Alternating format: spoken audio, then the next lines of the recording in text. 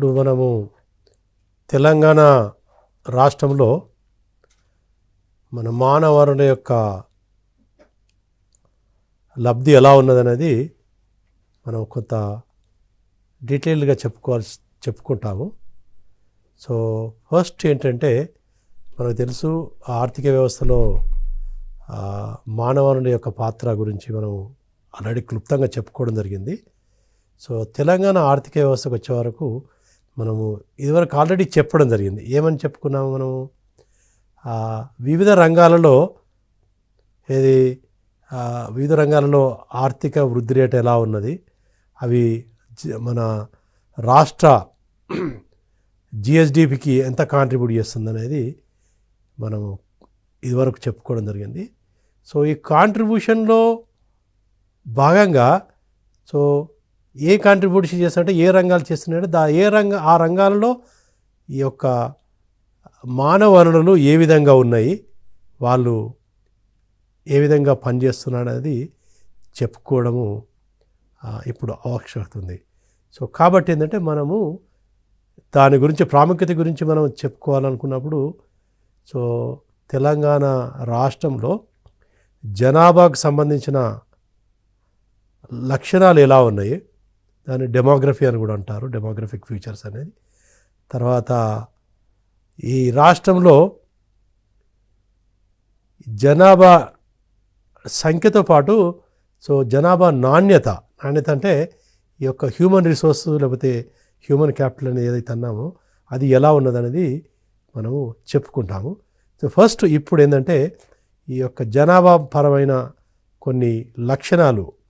So లక్షణాలు అంటే జనాభా ఎంత ఉన్నది, అది ఎంత పెరిగింది, దాంట్లో ఏజ్ స్ట్రక్చర్ ఎలా ఉన్నది, వివిధ డిస్ట్రిక్ట్లలో ఎలా ఉన్నది, తర్వాత ఈ డెమోగ్రఫిక్ ఫీచర్కు సంబంధించిన వృద్ధి రేటు గురించి ఎలా ఉన్నది.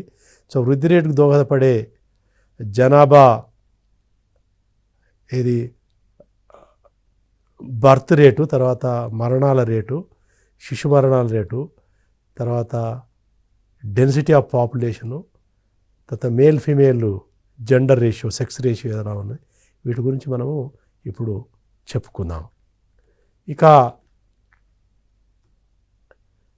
బ్రీఫ్గా తెలంగాణ డెమోగ్రఫీ ఫీచర్కి వచ్చినట్టే so Telangana is India's 11th largest state in south India. అంటే ఏది ఏరియాలో 11th, ఇది మన జాగ్రఫికల్గా 112,077 చదరపు కిలోమీటర్ల ఏరియాను కలిగి ఉన్నది. సో పాపులేషన్ ఏంటంటే 3,51,93,000. Okay, so that is 3.5 crores in 2011 census ప్రకారము 3.5 కోట్లు ఉన్నది. సో ఇది ఈ లేటెస్ట్ అంచనాల ప్రకారం ఈ మధ్యలో అంచనాలు చేయడం జరిగింది. ఈ అంచనాల ప్రకారం ఏంటంటే 2021లో సో 3.77 crores, అంటే 3.52 crores నుంచి 3.77 crores ఈ యొక్క 2011 to 2011 మధ్యలో పెరిగింది. ఇది ఈ సంవత్సరం, గత సంవత్సరంలో అంత ఉంది. ఈ సంవత్సరంలో కొంత ఎక్కువగా ఉండి 3.79 crores, అంటే ఒక 0.02 crores పెరిగింది. అంటే ఈ రెండు గత సంవత్సరంతో పోల్చుకుంటే ఇంత పెరిగినట్టు ఈ యొక్క లేటెస్ట్ అంచనాలు చెప్తున్నాయి. సో ఇది తెలంగాణ ఎకానమీలో ఉన్న జనాభా సంఖ్య లేటెస్ట్ ఎంత ఉందనేది చెప్తున్నా. అంటే ఇప్పుడు మన ప్రస్తుతము తెలంగాణ రాష్ట్రంలో దాదాపు 3,79,00,000 జనాభా మన తెలంగాణ ప్రాంతంలో నివసిస్తున్నారు. సో ఇంకా కొన్ని ఫీచర్స్. సో 2011-2021 అంచనాలను పోల్చుకుంటే ఏంటంటే సో మొత్తం పాపులేషన్ గురించి మనం ఆల్రెడీ చెప్పడం జరిగింది. సో మేల్ పాపులేషను అప్పుడు 1,76,00,000 ఉంటే ఇప్పుడు 1,89,00,000 పెరగడం జరిగింది. సో ఫీమేల్ పాపులేషను మహిళల యొక్క సంఖ్య 1,73,74,00,000 నుండి 1,87,00,000 పెరగడం జరిగింది. అంటే చూడండి బోత్ ఫిమేల్స్ అండ్ మేల్స్ పెరిగింది. ఈ యొక్క మేల్ ఫిమేల్ జనాభాను ప్రాతిపదికగా నిర్ణయించే అంశం ఏదైతే సెక్స్ రేషియో అనుకున్నామో సెక్స్ రేషియోలో మార్పు లేదు. సో దాదాపు 988 ఉంటే ప్రస్తుతం కూడా 2021 అంచనాల ప్రకారం కూడా అంతే ఉన్నట్టు చెప్తున్నారు. దీనిలో కొంత మనకు ఫర్ ఎగ్జాంపుల్ ఇదివరకు చూసినట్టు కొంత భేదాలు కనబడుతున్నాయి. అంటే ఖచ్చితంగా అంచనాలే కాబట్టి ఖచ్చితంగా మనం చెప్పలేము బట్ ఇది కొంత డైరెక్షన్ చెప్తుంది. అంటే పెద్ద మార్పు లేదన్నది మనకు ఇక్కడ గమనించాల్సిన అవసరము. ఈ యొక్క డెన్సిటీ అంటే చదరపు కిలోమీటర్కు 2011లో 312 ఉంటే 2021 అంచనాల ప్రకారము 337కు పెరుగుతుంది. అంటే ఈ యొక్క పాపులేషన్ డెన్సిటీ అనేది పెరుగుతూ వస్తుంది. ఓకే, సో ఇది పెరగడం అనేది కొంత ఆర్థిక వ్యవస్థపై ప్రభావితం కలగజేసే అంశమే. ఓకే, సో జనాభా పరంగా మన రాష్ట్రము 12వ స్థానంలో ఉన్నది. సో ఇదివరకు కూడా చెప్పినట్టు 12వ స్థానంలో ఉన్నది. ఏది మన భౌలిక పరంగా కూడా 12వ స్థానమే చెప్తుంది. 2011లో ఇప్పుడు కూడా 12వ స్థానంలో ఉన్నట్టు మనకు చెప్తుంది. సో మొత్తం ఏరియా 1,12,777 చదరపు కిలోమీటర్లు ఉన్నది. సో ఏరియాలో 11th rank, population 12th rank 2011లో.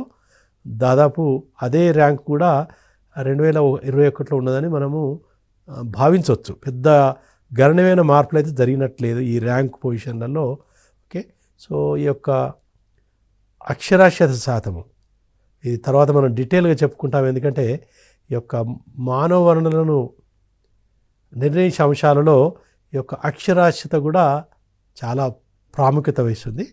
So ఆ విధంగా చూసుకుంటే అక్షరాస్యత శాతము 2011లో 66% ఉంటే అది 72-73%కి పెరిగింది. కాబట్టి అది కొంత మనకు పాజిటివ్ ఫీచర్గానే మనం పరిగణించవచ్చు. ఇది ఈ యొక్క జనాభా ఏ విధంగా మారుతూ వచ్చింది, అది భారతదేశంలో మొత్తం జనాభాలో ఎంత శాతము మన తెలంగాణ స్టేట్లో ఉన్నదనేది మనం ఈ పట్టిక ద్వారా గమనించవచ్చు.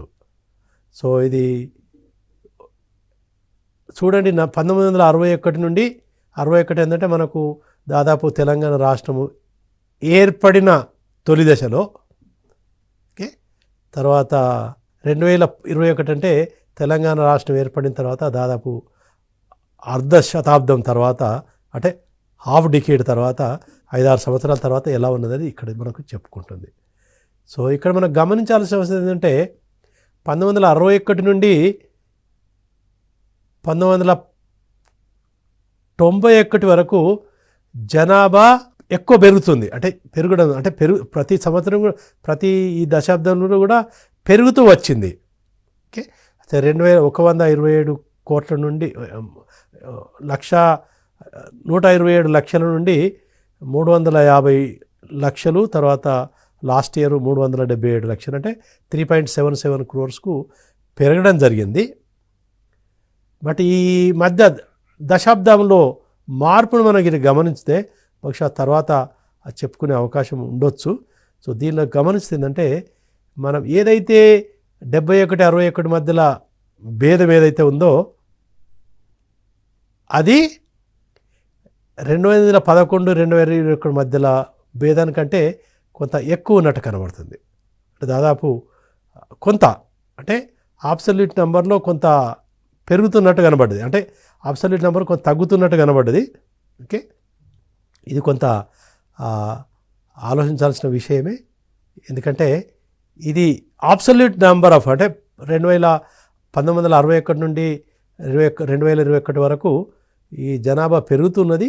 పెరుగుదలలో మార్పులు కనిపిస్తున్నాయి. అంటే it is increasing but increasing at different rates. Okay, అది తర్వాత పట్టికలో మనం చూసుకోవడం జరుగుతుంది. సో తర్వాత మన తెలంగాణ జనాభా భారతదేశంలో ఎంత శాతము జనాభా ఉందంటే ఇది మనకి ఇక్కడ గమనించాలంటే 1961లో దాదాపు 2.89% ఆఫ్ టోటల్ పాపులేషన్ ఇండియా ఈ స్టేయింగ్ ఇన్ తెలంగాణ. అంటే 2.89% జనాభా తెలంగాణ ప్రాంతంలో నివసిస్తున్నారు. తర్వాత అది 1981 వచ్చే వరకు కొంత పెరుగుతున్నట్టు కనబడింది. 2.89%. తర్వాత 99కి వచ్చే వరకు 3.08%. అంటే the percentage of population of India staying in Telangana increased during 1961 and 1991. అంటే ఆ 3 దశాబ్దాలలో జనాభా శాతం తెలంగాణలో నివసించే భారతదేశంలో తెలంగాణలో నివసించే జనాభా శాతము కొంత పెరుగుతూ వచ్చింది. 2.89 నుండి 3.08కు పెరిగింది. తర్వాత 1991 తర్వాత ఈ శాతము తగ్గుతూ వచ్చింది.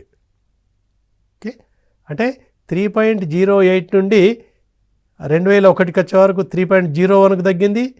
తర్వాత 2011 వరకు 2.89 వరకు తగ్గింది. తర్వాత లాస్ట్ ఇయర్ ఇది ఇంకా తగ్గి 2.76%కు వచ్చింది. ఓకే, సో అంటే ఏంటిది, population is increasing over a period of time. అంటే ఓవరాల్గా ఈ పట్టికను మనము పరిశీలించినైతే మనము 2 అంశాలు క్లియర్గా చెప్పుకోవచ్చు. అంటే ఫస్ట్ ఏంటంటే that population is increasing over a period of time.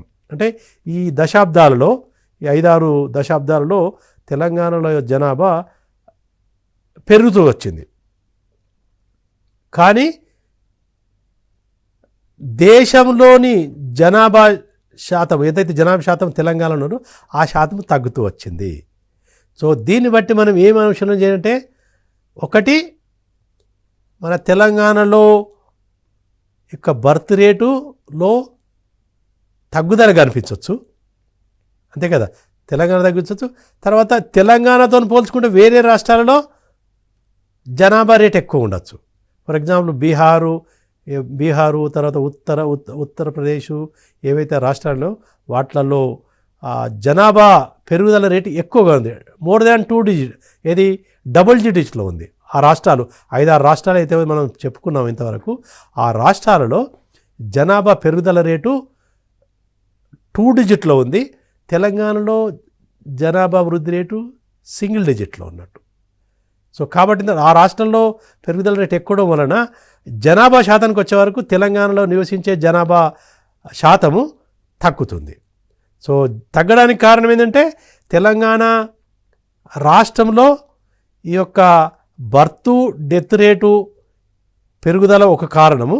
అయితే వేరే రాష్ట్రాల్లో కూడా ఈ జనాభా పెరుగుదల కూడా ఈ యొక్క శాతంపై ప్రభావితం కలిగేస్తుంది. సో ఇవి అన్నింటి యొక్క ఫలితంగానే మన తెలంగాణ రాష్ట్రంలో నివసించే జనాభా శాతము తగ్గుతూ వచ్చింది. సో ఇక్కడ మనకు 2 ఇంపార్టెంట్. ఒకటి ఏంటంటే తెలంగాణలో ఈ యొక్క బర్త్ రేట్ అనేది తగ్గుతూ వస్తుంది. అంటే జనాభా వృద్ధి రేటు తగ్గుతుంది. ఎందుకంటే డెత్ రేటు తర్వాత జనాభా బర్త్ రేటు కూడా గణనీయంగా తగ్గుతూ వచ్చింది. సో ఆ విధంగా ఏంటంటే కొన్ని విధానపరమైన నిర్ణయాల వలన తెలంగాణ రాష్ట్రము జనాభా పరంగా కొంత పురోగతి పొందిందనేది సంబంధించదు అనుకోవచ్చు మనం. సో దానివలన ఒకటి. రెండోది ఏంటంటే వేరే రాష్ట్రాలలో ఈ వృద్ధి రేట్ ఎక్కువ. అంటే ఇంకా కొన్ని రాష్ట్రాల్లో fertility rate is very high, death rate is very high. So దానివల్ల అంటే నెట్ ఏదైతే జనాభా పెరుగుదల ఉంటుందో అది ఎక్కువగా ఉన్నది వృద్ధి రేటు. సో ఆ రాష్ట్రాల్లో పోల్చుకుంటే మన తెలంగాణ రాష్ట్రంలో కొంత తక్కువగా ఉన్నది. కాబట్టి ఏంటంటే యాజ్ ఎ రిజల్ట్ ఏంటంటే తెలంగాణ శాతం మొత్తం ఓవరాల్ ఇండియాలో శాతంగా తగ్గుతూ వచ్చింది. ఇది ఒక విధంగా మనకు శుభసూచకంగానే మనము పరిగణించవచ్చు. ఇది ముఖ్యంగా 1991 తర్వాత మనకు ఈ పరిణామం కలిగిస్తుంటే జనాభా పెరుగుదలలో కూడా తగ్గుదల కనిపిస్తున్నట్టు చెప్పవచ్చు. ఇక రూరల్ అర్బన్కు సంబంధించిన వరకు ఏంటంటే ఇది దాదాపు ఇప్పటికీ కూడా దాదాపు 61-62% రూరల్ ఏరియాస్లో, అర్బన్ ఏరియాస్లో దాదాపు 38.67% ఉంది. రూరల్ పాపులేషన్ ఏది పెరుగుదల 2.13%, అర్బన్ పాపులేషన్ 38%. సో ఇక్కడ మనము గమనించాల్సిన అవసరం ఏంటంటే రూరల్ అర్బన్ కాంపోజిషన్ గురించి వచ్చినప్పుడు అంటే మన దగ్గర urbanisation is fast developing. So ఈ మధ్యలో మీరు చూడొచ్చు రాష్ట్ర ప్రభుత్వము రీఆర్గనైజేషన్ చేసినప్పుడు చాలా అర్బన్ టౌన్స్ను క్రియేట్ చేయడం జరిగింది. అంటే కొంత మధ్యలో లాస్ట్ 2 ఇయర్స్లో చూస్తే మనము ఎక్కువ అర్బన్ సెంటర్స్గా మనకు క్లాసిఫై చేయడం జరిగింది, మున్సిపాలిటీగా డెవలప్ చేయడం జరిగింది. సో కొన్ని ఆ మున్సిపాలిటీగా చేసినప్పుడు ఏంటంటే కొంచెం neighbouring villages which were part of rural area were brought under urban areas. ఆటోమేటిక్గా జరుగుతుంది. కొన్ని ఏవైతే రూరల్ ఏరియాస్ అవి అర్బన్ ఏరియాస్గా పరిగణించడం వలన urban population is increasing at a faster rate than rural areas. ఎందుకంటే part of the rural area which was part of rural is now brought under urban area. So కాబట్టి rural area యొక్క శాతం తగ్గుతూ urban area యొక్క శాతం పెరుగుతూ ఉన్నది. దానికి తోడు మైగ్రేషన్ ఎందుకంటే రూరల్ ఏరియాస్ అర్బన్ మైగ్రేషన్ ఎప్పుడు ఉన్నది. సో రూరల్ ఏరియాస్ అర్బన్ పెరగడం వల్ల కూడా అర్బన్ పాపులేషన్ పెరుగుతుంది. సో కాబట్టి ఏంటంటే దాదాపు ఈ అర్బనైజేషన్ ఎక్కువ జరుగుతుంది. రాను దాదాపు 40% దగ్గరకు వచ్చింది.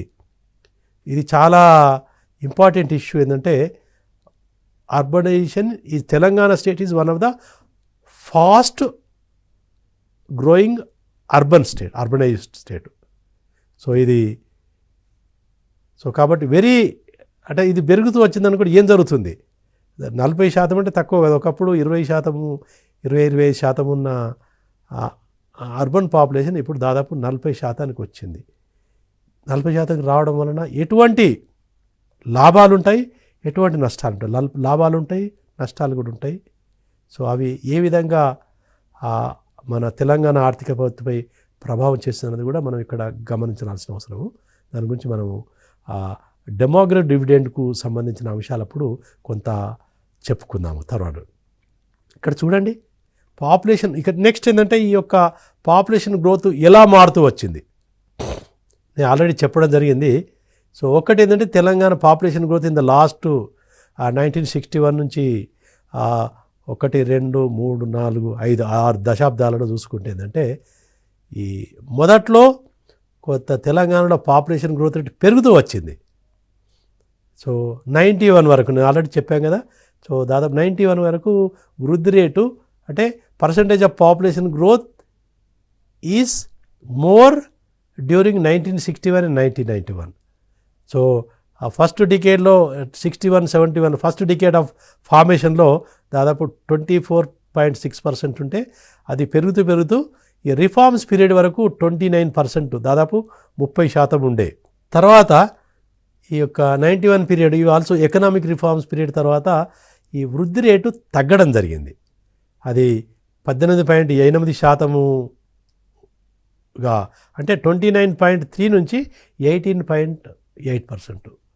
సో దాదాపు 10 percentage points తగ్గడం జరిగింది.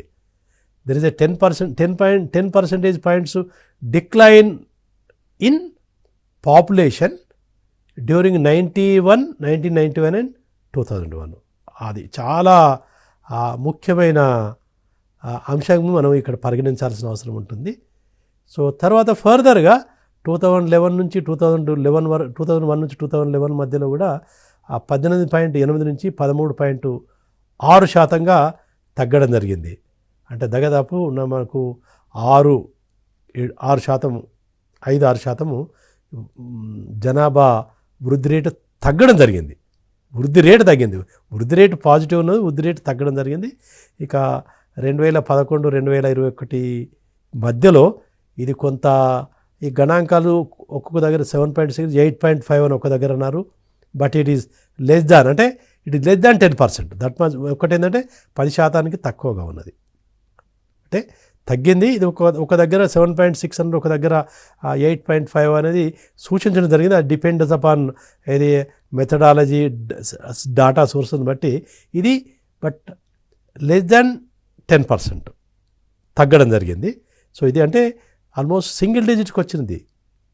డబుల్ డిజిట్ నుంచి సింగిల్ డిజిట్కు వృద్ధి రేటు, జనాభా వృద్ధి రేటు తగ్గడం జరిగింది. సో ఇక ఇండియాతో పోల్చుకుంటే ఇండియా చూడండి. సో ఇండియాలో 1961-71 పీరియడ్లో 24.8% ఉంటే అది 24.7% ఉంది. తర్వాత 33.9% పెరిగింది. ఇది 81-91 పీరియడ్లో ఇండియాలో పెరిగింది, తెలంగాణలో కూడా పెరిగింది. అంటే పెరగడానికి కారణం ఏంటిది మనం పరిశీలించాల్సిన అవసరం ఉంటుంది. సో తర్వాత 91 తర్వాత మన తెలంగాణలో ఎలాగైతే తగ్గిందో ఆల్ ఇండియాలో కూడా తగ్గడం జరిగింది. 33.9% నుంచి 21.5% తగ్గింది. ఫర్దర్ 21.5 నుంచి 17.7% 2001-2011 మధ్యలో జరిగింది. సో తర్వాత లేటెస్ట్ 2011-2021 మధ్యలో ఇది 9.9 అంటే దాదాపు 10% ఉంది. సో ఇక్కడ అంటే దీంట్లో ఒక్కటి ఏంటంటే ఏదైతే ట్రెండ్ ఆల్ ఇండియాలో ఉందో తెలంగాణలో కూడా మనం గ్రహించవచ్చు. అంటే ఫస్ట్ ఫ్యూ డికేట్స్లో పెరుగుతూ వచ్చింది, తర్వాత లాస్ట్ ఫ్యూ డికేట్స్లో తగ్గింది. అది ఆల్ ఇండియాలో తగ్గింది, తెలంగాణలో తగ్గింది. బట్ తెలంగాణ పెడుతుంటే ఆల్వేస్ తెలంగాణలో పాపులేషన్ వృద్ధి రేట్ అనేది యొక్క జాతీయ వృద్ధి రేటు కంటే తక్కువ ఉంది. అంటే జాతీయంగా ఆల్ ఇండియాలో పాపులేషన్ గ్రోత్ కంటే తెలంగాణలో యొక్క జనాభా వృద్ధి రేటు తక్కువగా ఉన్నది. ఇది ఈ 61-71 చూడండి, లేకపోతే 2011-2021 చూడండి. రెండిట్లలో చూస్తే కూడా ఎప్పుడు ఆల్ డికేడ్స్లో సో దట్ వే తెలంగాణలో జనాభా వృద్ధి రేటు ఆల్ ఇండియా వృద్ధి రేటు కంటే తక్కువగా ఉన్నది. అది సో 1981-91లో అయితే 33.9% ఉంది. ఇది ఇక్కడ తెలంగాణలో 29.3% ఉంది. అంటే ఆ డిఫరెన్స్ అనేది మన కొట్టొచ్చినట్టు కనబడుతుంది. ఓకే, సో కొట్టొచ్చినట్టు కనబడుతుంది. అది తగ్గుదశలో కూడా డిఫరెన్స్ కనబడ్డది. ఫర్ ఎగ్జాంపుల్ 2001-2011లో 13.6% ఉంటే 17.7 అంటే దాదాపు 44% పర్సెంటేజ్ 4 percentage points తెలంగాణలో తక్కువ ఉంది వృద్ధి రేటు, జనాభా వృద్ధి రేటు.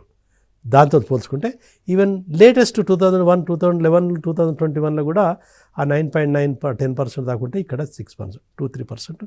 సో దట్ వే ఏంటంటే in Telangana population growth rate is less and declining when compare to all India. Okay, all ఇండియాతో పోల్చుకుంటే ఇది ఎక్కువ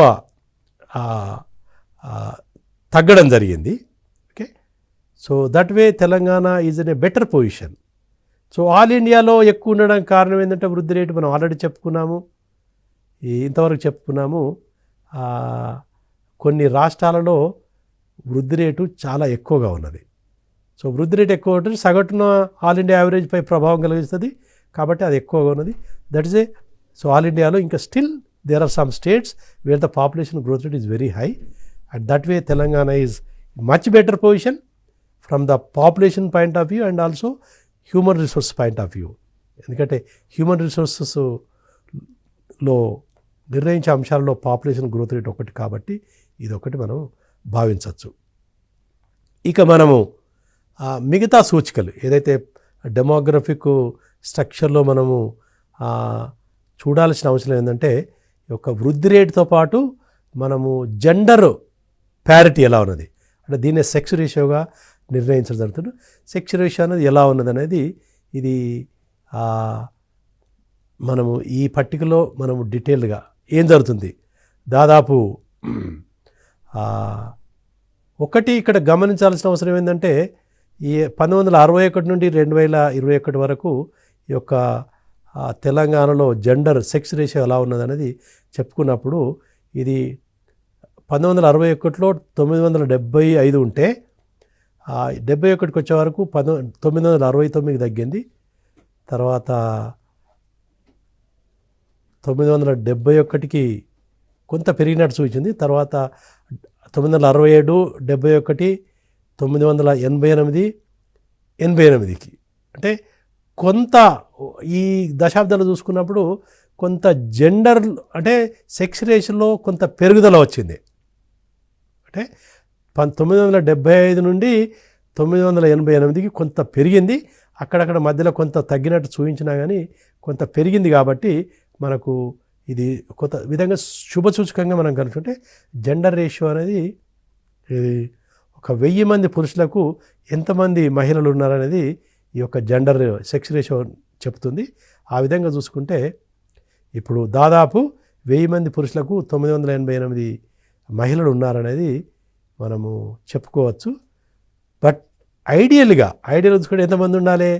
100 మంది పురుషులకు 1000 మంది పురుషులకు 1000 మంది మహిళలు ఉంటే అప్పుడు జెండర్ ప్యారిటీ ఉన్నట్టు మనకు భావించవచ్చు. ఇక ఆల్ ఇండియాతో పోల్చుకుంటే మన యొక్క sex ratio is more in all the years.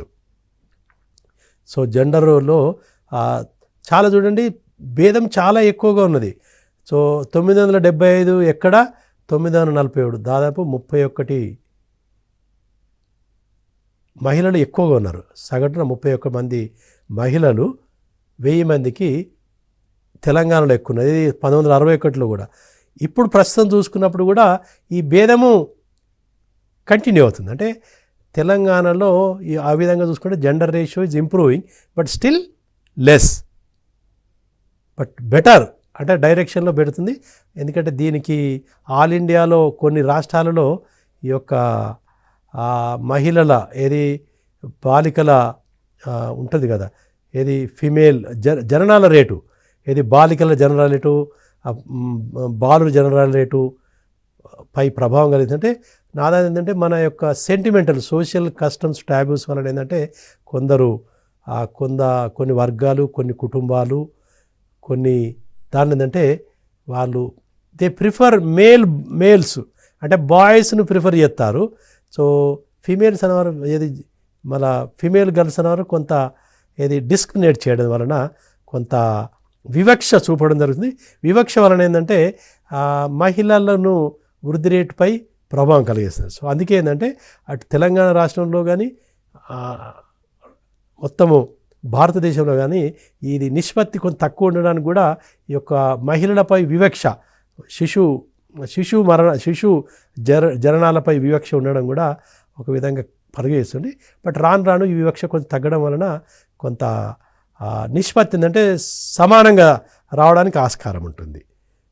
ఇక్కడ ఇంతవరకు మనము చూసుకుంటే ఏంటంటే ఇంతవరకు మనము జనాభా పరంగా తెలంగాణ జనాభా పరంగా చూసుకున్నప్పుడు జనాభా ఎంత ఉన్నది, అది ఏ విధంగా పెరుగుతూ వచ్చింది, భారతదేశంలో పోల్చుకుంటే ఎలా ఉన్నది అనేది మనము ఇప్పుడు చెప్పుకోవడం జరిగింది. ఇప్పుడు ప్రస్తుతం ఏంటంటే మనము ఇంకా వివిధ రకాల అంశాలు డెమోగ్రఫిక్ స్ట్రక్చర్లో సెక్స్ రేషియో, డెన్సిటీ, మిగతా అంశాలను మనము చెప్పుకుందాం ఇంకా. Thank you.